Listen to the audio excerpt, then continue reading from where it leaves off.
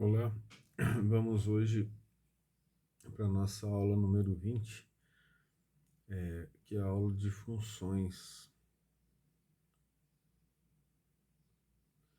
A aula de funções, ela começa com um conceito importante que envolve conjuntos, chamado de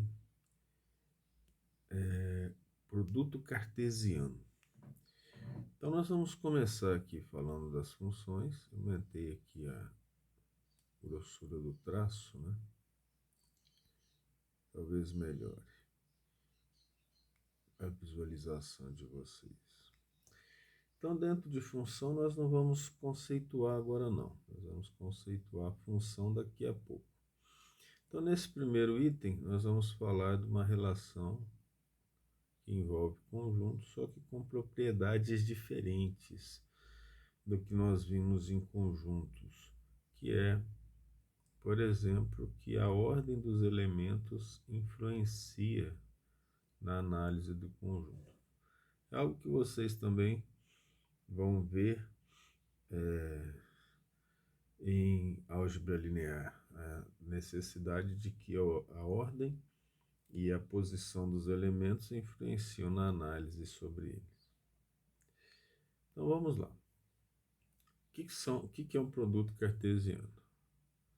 Vamos primeiro aqui, ó, dados dois conjuntos,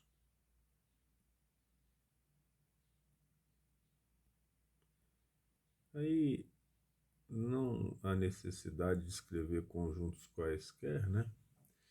Mas é necessário escrever que eles não são vazios. Se um for vazio, nós já não temos o produto cartesiano. Vamos chamá-los de A e B. Conjunto A, conjunto B. Okay? E nós chamamos de produto cartesiano A e B a XB. Aqui. Por isso, esse X aqui refere-se ao símbolo de produto mesmo, né? Que nós já trabalhamos e já sabemos, todos sabem. Por isso que é produto cartesiano. AXB é dito ou é chamado produto cartesiano. Evidentemente que cartesiano se refere ao René Descartes, porque ele vai ser representado no plano de Descartes, né, o plano cartesiano. E nós teremos uma aula em que nós vamos falar com mais detalhes sobre as coordenadas e falaremos mais sobre isso. Sobre o plano cartesiano, na qual o produto cartesiano é representado. Então, a XB ou A vezes B é dito produto cartesiano entre A e B e é formado por um conceito importante chamado pares ordenados. Poderia ser mais que pares, né? Mas nós vamos considerar aqui um produto cartesiano associado às duas dimensões, aos eixos x e y. E aí a palavra par ordenado, pares ordenados, porque 2 a 2. Mas aí pode ser dupla ou tripla, né? Dentro das dimensões que nós conhecemos. Esse par ordenado nós vamos chamar x, y, e sempre a relação é essa, a ordem é essa. X primeiro, y depois. Tal que x pertence ao conjunto A e y pertence ao conjunto B. Essa relação não se desfaz. Vamos colocar aqui uma definição dentro da própria linguagem matemática, que vai ser falado, que está aqui em cima, só que linguagem matemática? Então, A, produto cartesiano B, vai ser igual a o par ordenado x, y, tal que x pertence a A e y pertence a B. Então, essa é a definição matemática do produto cartesiano e do par ordenado. Vou chamar a atenção aqui, ó.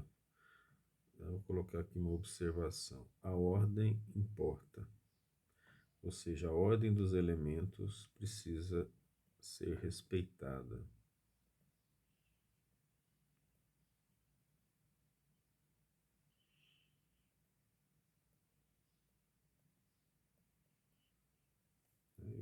Isso é importante de ter em mente.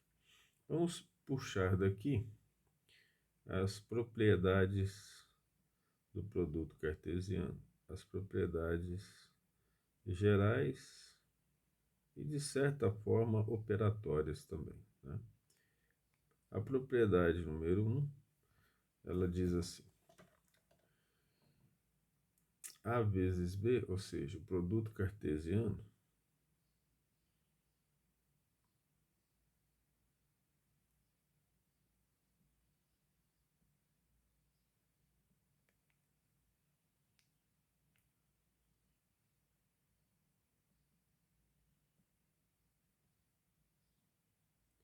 é não comutativo, ou seja, colocar não é comutativo. Aí você vai entender a questão da ordem. Ele não comuta. Então, a propriedade comutativa diz que A vezes B é igual a B vezes A, né? A ordem dos fatores não altera o produto. Então, por exemplo, nós podemos ter assim, ó, que para A, ou seja, para o conjunto A diferente do conjunto B, A produto cartesiano B é diferente de B produto cartesiano A. Então, não comuta. Não comuta porque a ordem não pode variar. X vem primeiro, Y vem depois, tá? O número de elementos do conjunto formado, ou seja, do produto cartesiano, esse aqui está simples, né? É o produto dos elementos, da quantidade de elementos que tem em cada conjunto. Então, o produto cartesiano AB, né, ele é igual a M vezes N, ou seja, o número de elementos do produto cartesiano AB. Vamos colocar o tal que na forma de TQ, poderia ser ponto e vírgula, tá? Ou poderia ser um traço, tal que, muito importante isso, M é o número de elementos de A e N é o número de elementos de B.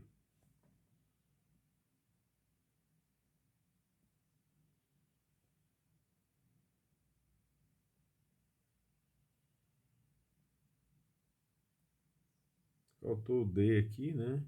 Completado aí pela nossa mente. Essa é a segunda propriedade. É muito importante entender o seguinte: se um desses conjuntos for vazio, como existe uma relação entre eles, o produto cartesiano também é vazio. Então, assim, se A é um conjunto vazio, nós suprimimos a palavra conjunto. Ou B, não precisa ser ambos, é vazio. Então, A produto cartesiano B, é assim que se lê, A produto cartesiano B é vazio. Vamos fazer um exemplo para entender como é feito o produto cartesiano.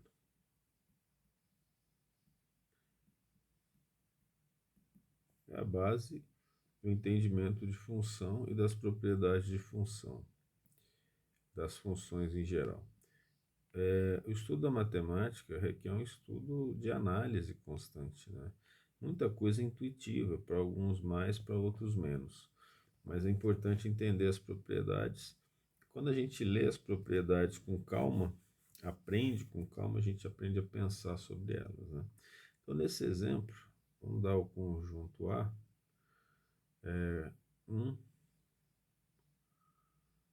2, 3. Aqui não é bom brincar com conjunto infinito não, porque aí o produto cartesiano também é infinito, né? B, 1, 4 e 9. Então vamos fazer aqui, para ter ideia, o produto cartesiano AB. Ele é criado assim, ó, colocamos chaves e são pares ordenados. Então nós fazemos um a um, ó, um do A, que é o, vamos chamar de X, e um do B. Esse é o primeiro par ordenado. Vírgula. Todos os elementos associados, 1 do conjunto A, 4 do conjunto B. Fechamos. 1 do conjunto A, 9 do conjunto B. Fechamos. Quantos elementos terão? 3 vezes 3, 9, né? Por isso que é a propriedade número 2. Agora nós pegamos o 2 e pegamos do A e o 1 do B. Pegamos o 2 e o 4. 4 e 2 é diferente de 2 e 4, lembra disso. Vamos pegar o 2 e o 9 aqui. Vamos pegar agora o 3 com 1. Vamos pegar o 3 com 4. E vamos pegar o 3 com 9. E aí nós fechamos o produto AB. No entanto, como a ordem é importante, é diferente o produto BA. O produto cartesiano BA, ele então começa com o primeiro elemento de B, que é 1, e o primeiro elemento de A. Depois vai ser 1 e 2, que é diferente de 2 e 1. E depois vai ser o 1 e o 3, que é diferente de 3 e 1. Feito isso, o segundo elemento, 4 com 1, 4 com 2, 4 com 3. Depois nós pegamos o elemento 9 e fazemos o 9 com 1 na ordem, 9 com o 2 e 9 com 3. Então você pode observar aqui, ó, que nós podemos concluir que a produto B é diferente de B, produto cartesiano A. Veja que nos estudos de conjuntos, ó, sem considerar produto cartesiano, se eu tivesse o conjunto 9 e 1, ele seria o mesmo conjunto 1 e 9, já que a ordem não é importante, né? Vou aproveitar aqui, calcular o número de elementos do produto cartesiano AB. Aí sim, em termos de número de elementos, AB e BA é a mesma coisa. Então, temos M vezes N, já pela definição dada acima. Temos 3 num conjunto, 3 em outro conjunto. E temos 9.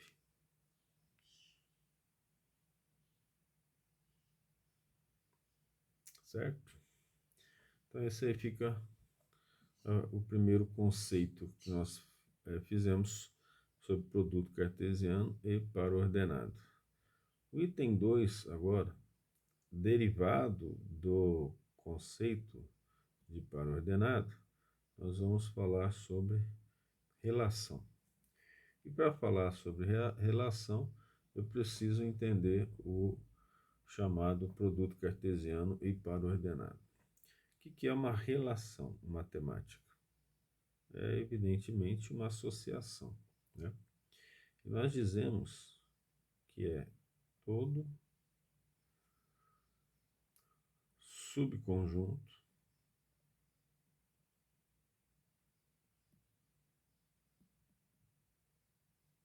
de A produto cartesiano B. Então veja que ela é dependente de produto cartesiano. Mediante, ou seja, definido, mediante uma lei de associação. E essa lei de associação é uma lei matemática ou lógica. Pode ser escrita, mas ela precisa ser lógica. Então, vamos pegar um exemplo e vamos, através do exemplo, mostrar que a relação ela é intuitiva, em termos de matemática simples, né? Ela é bem intuitiva. Então, eu vou pegar o A como 1, 2, 3, aqui eu vou mudar a quantidade, tá? Teve gente já falar que a representação de conjunto, eu acho que eu até já citei isso em outra aula, ela tem que ser feita sempre entre chaves, e você vai ver que isso não é verdade, né? Ela pode ser feita também entre parênteses. Vamos pegar aqui o 4 e o 6. Então, dados dos dois conjuntos A, 1, 2, 3, B, 4 e 6. Vamos fazer o produto cartesiano AB. Então, nós já aprendemos como fazer o produto cartesiano, né? Então, 1 com 4 é um produto, é um par ordenado. 1 com 6, e agora, pegando um de A e outro de B constantemente, certo? 2 e 4, 2 e 6, o número de elementos você já sabe, é 3 vezes 2, né? O total vai dar 6. 3 e 4, e 3 e 6. Bem, temos então esse produto cartesiano. Veja que a relação é um subconjunto, é todo subconjunto de AB. Olha, todo subconjunto de AB, então vamos fazer aqui uma lei de associação. Olha, evidentemente que você vai entender que essa lei de associação, ela só pode definir e agir sobre o produto cartesiano AB, ou A produto cartesiano B, de forma que ela seja um subconjunto. Lembrando que todo conjunto é subconjunto dele mesmo. Aquelas definições de conjunto são necessárias para compreender isso. Essa definição, vamos colocar assim, essa lei de associação R, vamos chamar assim, e dentro dela nós vamos escrever assim, ó, o par ordenado XY, tá aqui, pertence a produto cartesiano B, tal que X é ímpar.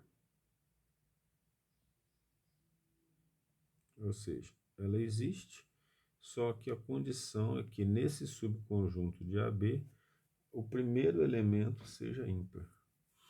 Então, quem é o subconjunto derivado da lei de associação? Eu vou olhar lá, fazer análise e fazer a escolha, partindo do pressuposto que todo mundo sabe o que é ímpar. Então, 1 é ímpar, então 1 serve, 1 e 4 serve.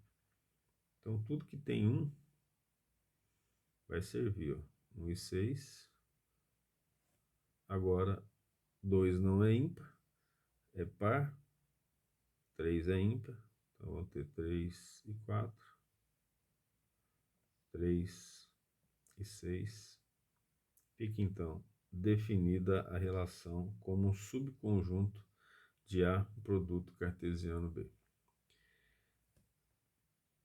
como que nós representamos? E essa representação hoje é bastante importante, porque as revistas científicas, de divulgação científicas, jornais de leitura comum, eles representam as informações em gráficos de vários tipos.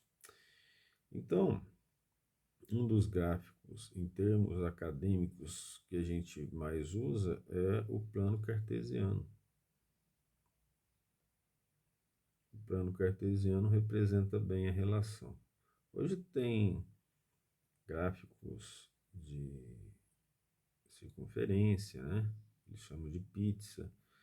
Tem gráfico de barras, então vários tipos, mas os mais comuns e que a gente aprende primeiro são esses gráficos que apresentam uma reta, que a gente já aprendeu a entender que ela é y, e outra reta que nós aprendemos que ela é x. Né? Então nós precisamos fazer essa representação de tal maneira que x se chama de abscissa e y ordenada. Eu vou deixar para dar esses detalhes depois na outra aula. Por que eu não dei aula de produto cartesiano antes, né?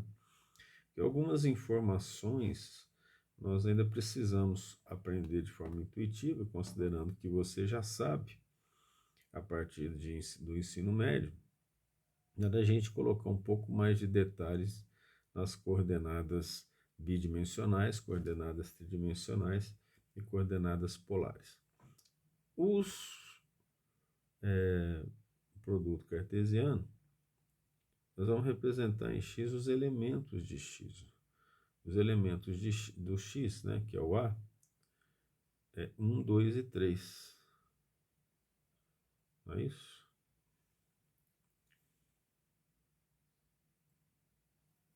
E os elementos de B, 4 e 6. Então vamos colocar aqui 1, 2 e 3. Não precisava ser desse tamanho, né? Aqui eu vou fazer assim, para poder representar melhor. Isso aqui significa que não está na mesma proporção y e x, né? 4, vou colocar mais em cima que dá.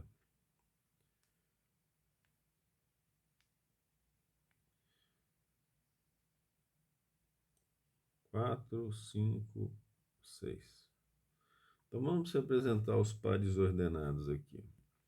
Representação do par ordenado é coisa que você já sabe tranquilamente, né? Mas olha só, a relação. Vamos representar a relação R aqui, ó. Tem a relação 1 e 4. Tem a relação 1 e 6. Tem a relação 3 e 4. E tem a relação 3 e 6. Presta bem atenção nisso aqui, ó. Essa representação aqui, ó, 1 primeiro, 4 depois. Essa aqui, 3 primeiro, 4 depois. Essa aqui, 1 primeiro, 6 depois. E essa aqui, 3 primeiro, 6 depois.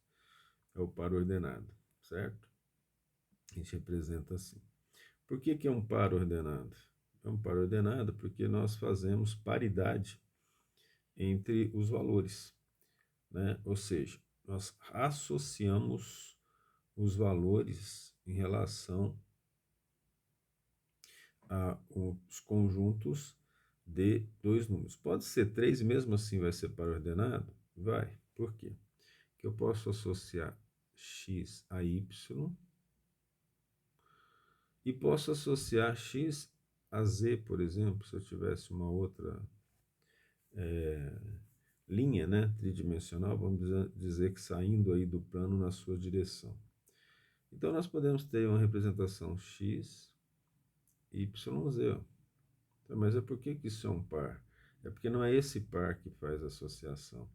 A associação são desses valores 2 a 2 entre si, tá? Porque senão vai ter uma ideia equivocada quando for falar de coordenadas em 3 dimensões, ok? veja que esses valores em cada reta são representados 2 a 2, ó, x com y, x com z, y com z, ok? Uma outra maneira de fazer essa representação aqui, ó, é o chamado diagrama de setas, ou de flechas.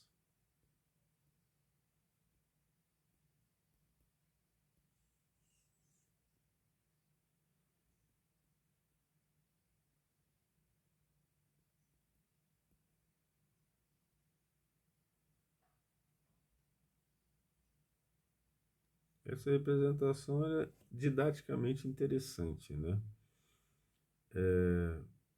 Ó, só voltando aqui para uma questão didática, ó, aqui é o conjunto A, aqui é o conjunto B, tá?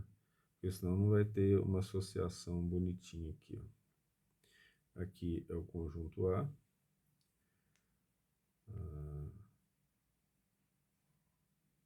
e aqui vamos colocar todos os elementos do conjunto A, ó. 1, 2 e 3. E aqui o conjunto B, vamos colocar todos os elementos, 4 e 6. Então, esse é o conjunto A, esse é o conjunto B. Então, a relação, ela nos mostra o seguinte, vamos fazer em vermelho. Ó. A relação é a mesma que está aqui, ó. 1 associa 4, você não confunda com função ainda, tá? E 1 associa 6. Ó. Uma relação não é uma função, mas toda função precisa ser uma relação.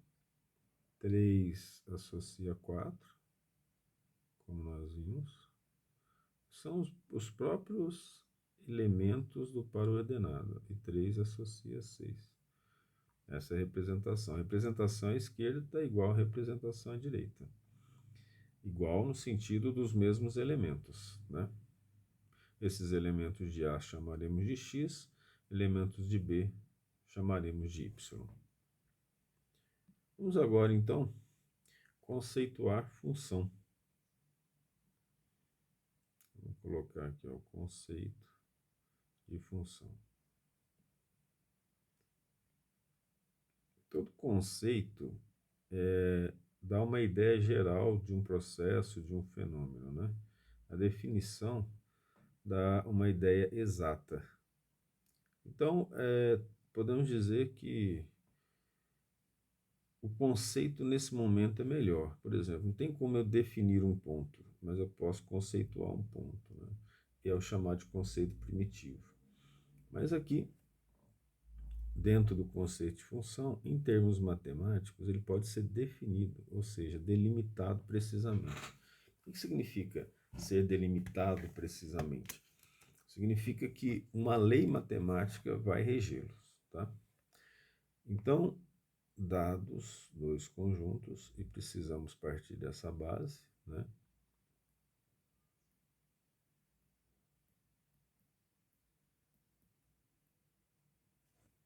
Não vazios, porque se um for vazio, o par ordenado não existe, e aí, como a função ela nasce de uma relação, e uma relação nasce de um produto cartesiano, se for vazio, não tem produto cartesiano um dos dois, então não tem relação e não tem função. A e B são os conjuntos. Uma relação, voltando à ideia de que a função é uma relação, essa relação nós vamos chamar de F,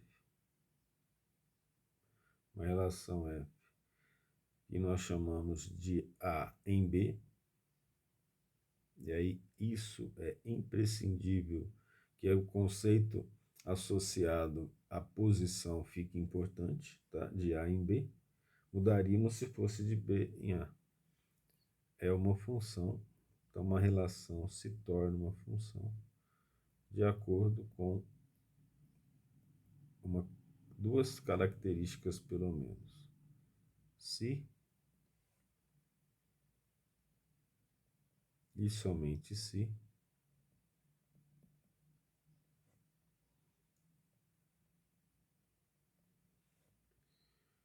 para todo, esse aqui é o símbolo para todo, x pertencente a A, ou seja, para todo x pertencente a A, existe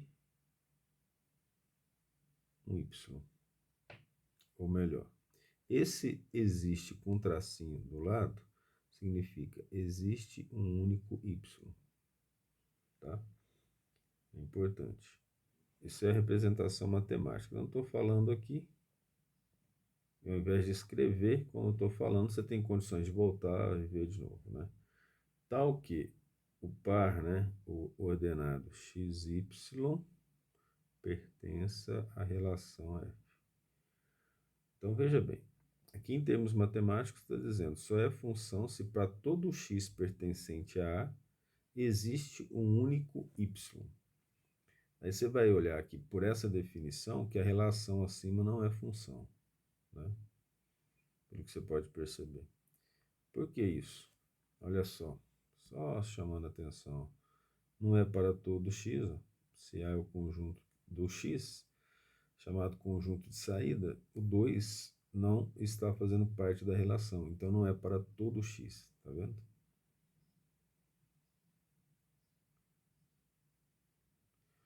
Muito bem. Agora, como é que a gente trabalha isso? Vamos trabalhar coisas importantes para a nossa comunicação dentro da matemática, que é a notação. A notação, vou pegar um conjunto C,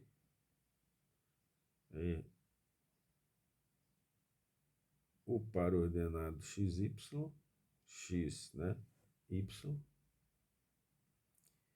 tal que x pertence a A e y, esse i aqui não ficou bom, né? E o y pertence ou é igual, na verdade, a uma função de x, ou seja, y existe em função de x. Ora, a outra notação que nós fazemos aqui, ó, é uma notação f, dois pontos, que é a função a em b. Daqui nós temos que entender aquela mesma definição. Para todo x existe um único y. E nós lemos f de a em b, ou seja, função de a em b. Outra maneira de representar isso é x, uma seta f de x. Aí a gente até já transforma f de x em y, né, na nossa cabeça. E aqui, ó, nós vamos escrever que para cada ou para todo, nesse caso é idêntico, né? O para cada ou para todo x está associado, e aí repetindo o conceito lá de cima,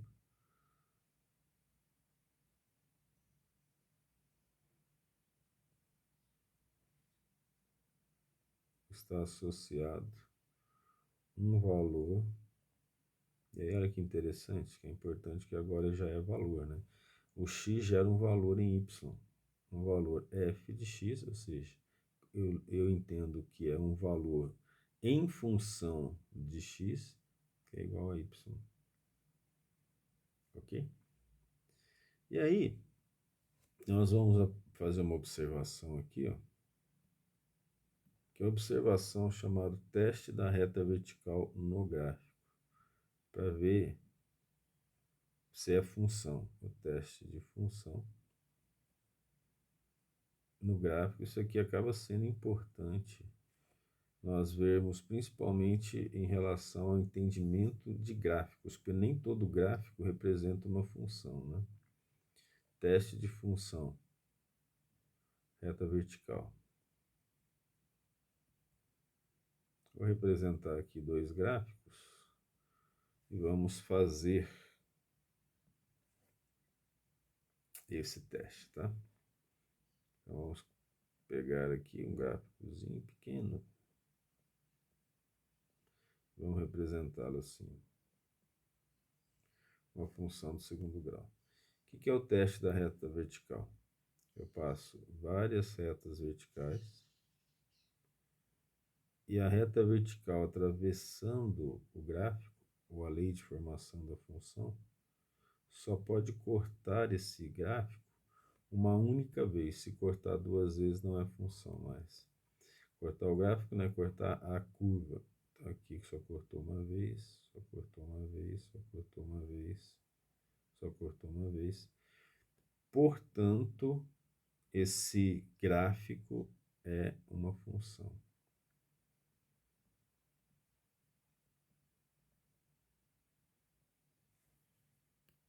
Passamos o mesmo raciocínio no outro gráfico. Vamos fazer quase idêntico, né, com a diferença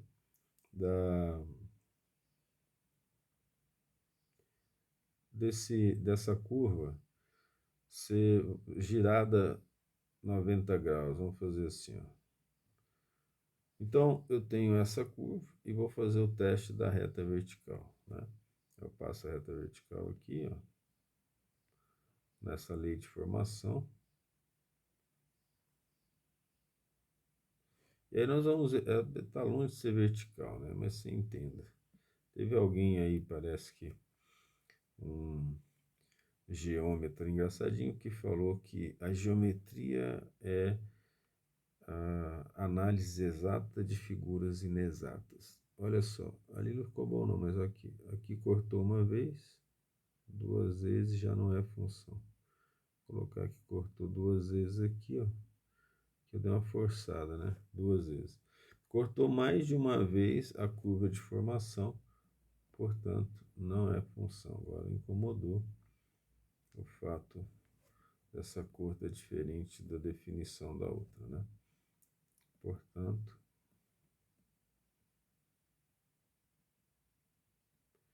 não é função.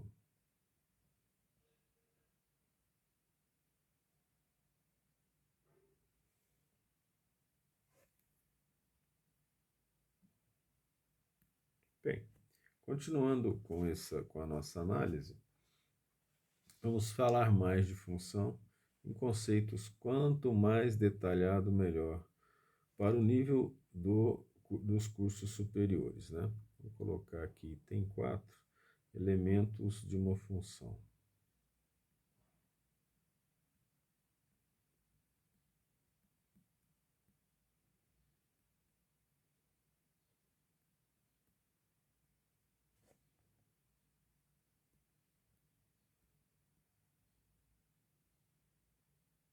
Então, elementos de uma função, quais são esses elementos? Então, primeiro, temos que definir os conjuntos, sejam A e B. Eu tenho certeza que na sua cabeça já veio que eles precisam ser não vazios.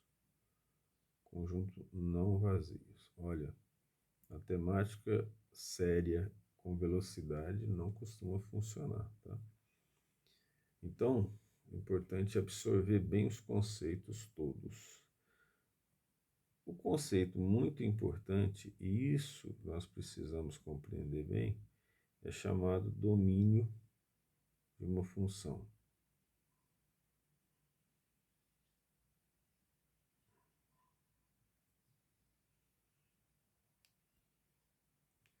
O domínio de uma função na verdade, a gente chama de conjunto de partida de uma maneira geral. Eu não gosto muito disso, né? Porque dá um conceito assim um pouco informal demais, né? É o conjunto formado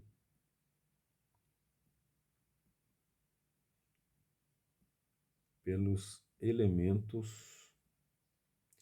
E aí você que já sabe alguma coisa disso, né? Pelos elementos x, e esse x de quem? Posso colocar x pertence a ou x do conjunto A não vazio em cima. Eu vou usar agora a didática, né? Todos eles. Se faltar um, já não é função mais. Todos eles. também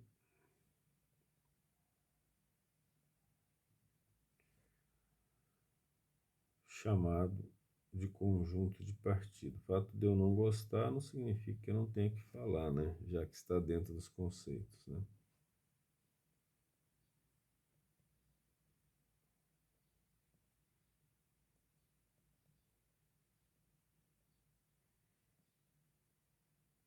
Quando eu fazia matemática, pediram lá num dos trabalhos para analisar a aula de um professor. A gente respeita todos e todos os professores que estão à frente no trabalho merecem respeito, não há dúvida disso. Mas eu não discordei, né? E nós podemos discordar quando o indivíduo chamava, por exemplo, os elementos X de um cara. Pega esse cara aqui e faz isso com esse cara. Eu acho até legal na linguagem moderna fazer isso, mas se existe a palavra dentro da linguagem matemática, você dá a ideia para o aluno, isso foi no ensino médio, né? Mas no terceiro grau, você dá a ideia para o aluno de que ele pode trabalhar informalmente, só que isso, em determinados níveis da matemática, não é nada elegante e não é interessante para ninguém, né? Então, o que eu posso concluir aqui? Que o domínio é o conjunto de partida, partida daquelas setas no diagrama de flechas. Por isso que fala conjunto de partida, considerando isso. E o contradomínio? Agora, intuitivamente, você já sabe que é o conjunto de chegada, né? Considerando as setas lá, certo? Então, por exemplo, vai ser o conjunto formado por todos os valores de y. E aqui eu chamo a atenção para duas palavras diferentes. Veja que é importante isso, né? Em cima eu chamei elementos. E aqui embaixo eu vou chamar de valores. Por quê? Porque os elementos de x geram valores em y, ou seja, em b, né? Valores de y em b. Conjunto formado por todos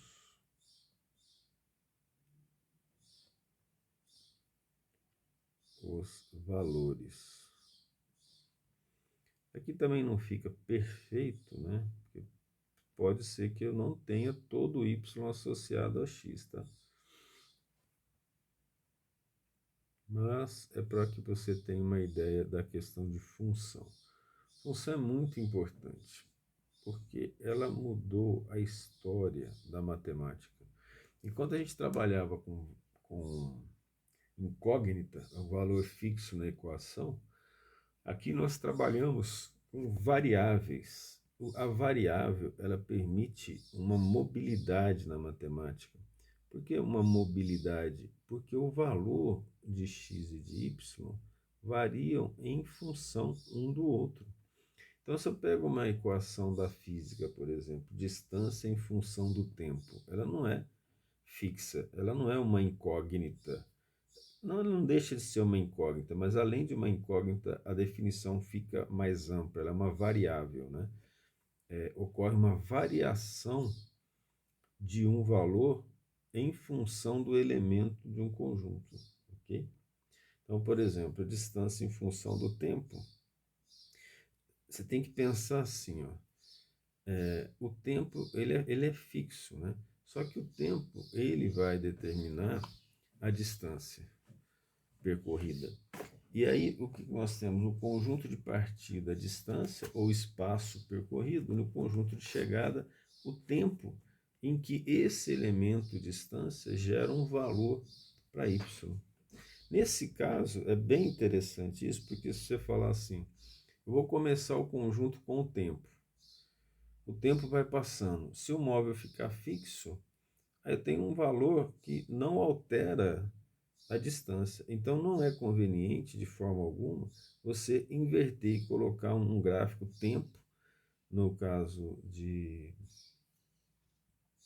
que não seja associado ao valor de x. Se você colocar o tempo associado ao y, por exemplo, ele já não faz sentido mais, né? Por exemplo, seria como y é f de x em função de x, né? Nós não podemos trabalhar dessa forma. Nós podemos dizer assim, a distância vai ocorrer com o passar do tempo. Então, ela é uma função do x. Se você coloca o d embaixo, o que está falando? Que o tempo é em função da distância. Veja como não faz sentido. Por que não faz sentido? Porque o tempo vai continuar passando. Ele não para, você fala assim, não posso parar o tempo para fazer uma modificação na distância. É uma relação mais complexa, a relação espaço-tempo na relatividade, mas nós não estamos falando disso aqui. O que nós estamos chamando a atenção para você é a questão de elementos e valores, né? Só para ter uma ideia de mobilidade na matemática. São conceitos aí que podemos dizer interessantes no sentido de você compreender a importância da função em termos de conceito dentro da matemática, quanto que ela foi importante dentro da matemática. Porque a partir do conceito de função é que nasce o cálculo diferencial e integral, né? Que são dependentes desse conceito de função. Podemos dizer que foi uma supermobilidade, né? Imagem, o outro elemento da função. A imagem é o subconjunto do contradomínio. Vamos chamar o contradomínio de CD, tá? Deixa eu colocar aqui, ó. Domínio D, contradomínio CD. É o subconjunto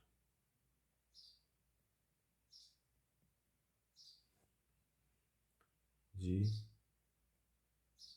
CD. Aí nós colocamos CD de F, da função, contradomínio da função, ok? Vamos falar aqui assim. IE. Apesar de que isso aqui dá na cara que é isto é, isso aqui é um termo latínico, tá? Eu acabei de esquecer o termo latínico e vou só para colocar aqui para te chamar a atenção. É id est. Id est realmente você pode traduzir como é isso ou isso é, tá? Id est, ou seja, vamos colocar como isso é que fica mais fácil. A IM é aqui, vamos vir para cá, ó, I maiúsculo, M minúsculo. A imagem de F é subconjunto, está contido no contradomínio de F. Tá? Ele então é um subconjunto em que todos os elementos do contradomínio existem em função de um elemento do domínio.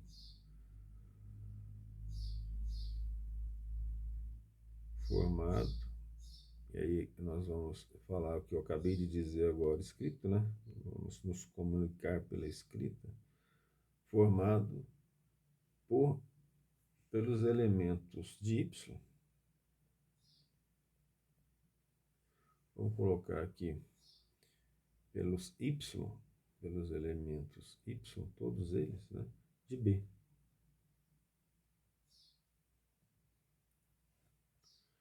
Associado, no caso, associados, ficou meio baixo aqui, né? A algum x. Ou, para ficar assim, mais matemático, mais legalzinho, poderia ter colocado qualquer, né? Qualquer x de A.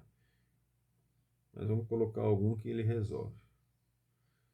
Aí, podemos colocar aqui ponto e vírgula. Y é a variável dependente.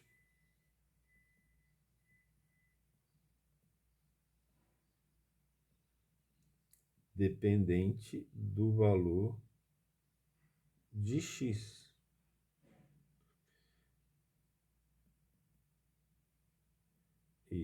x é a variável independente. Por isso, d em função de t, ou seja, espaço também, né, em função de t, porque o tempo é independente. Então, se você vira um gráfico em que o t está no y, alguma coisa precisa ser pensada. Não vamos dizer que seja impossível, né? Então, esses pontos aqui, ó, são pontos importantes de análise, de raciocínio, que vai dar condições para você fazer uma análise matemática lógica a partir dos conceitos subjacentes. Sem um conceito bem definido, você não consegue fazer uma boa matemática, pelo menos em dado momento da vida, né? Então vamos puxar aqui uma observação importante. Ó. Essa observação é a seguinte, ó. Vamos considerar até o momento que o conjunto que nós vamos trabalhar é o R. Ou seja, vamos considerar os reais como conjunto principal do estudo de função.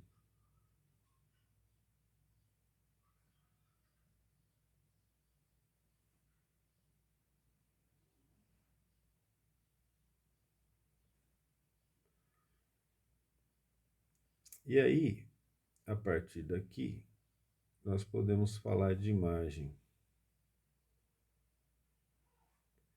Veja que nós estamos falando até esse momento, né? Falar de função, mas é um coletivo, né? Que são várias funções. Então, eu vou chamar dentro dessa observação aqui, por exemplo, vamos pegar um número qualquer n dividido por um d, que seja um numerador e um denominador.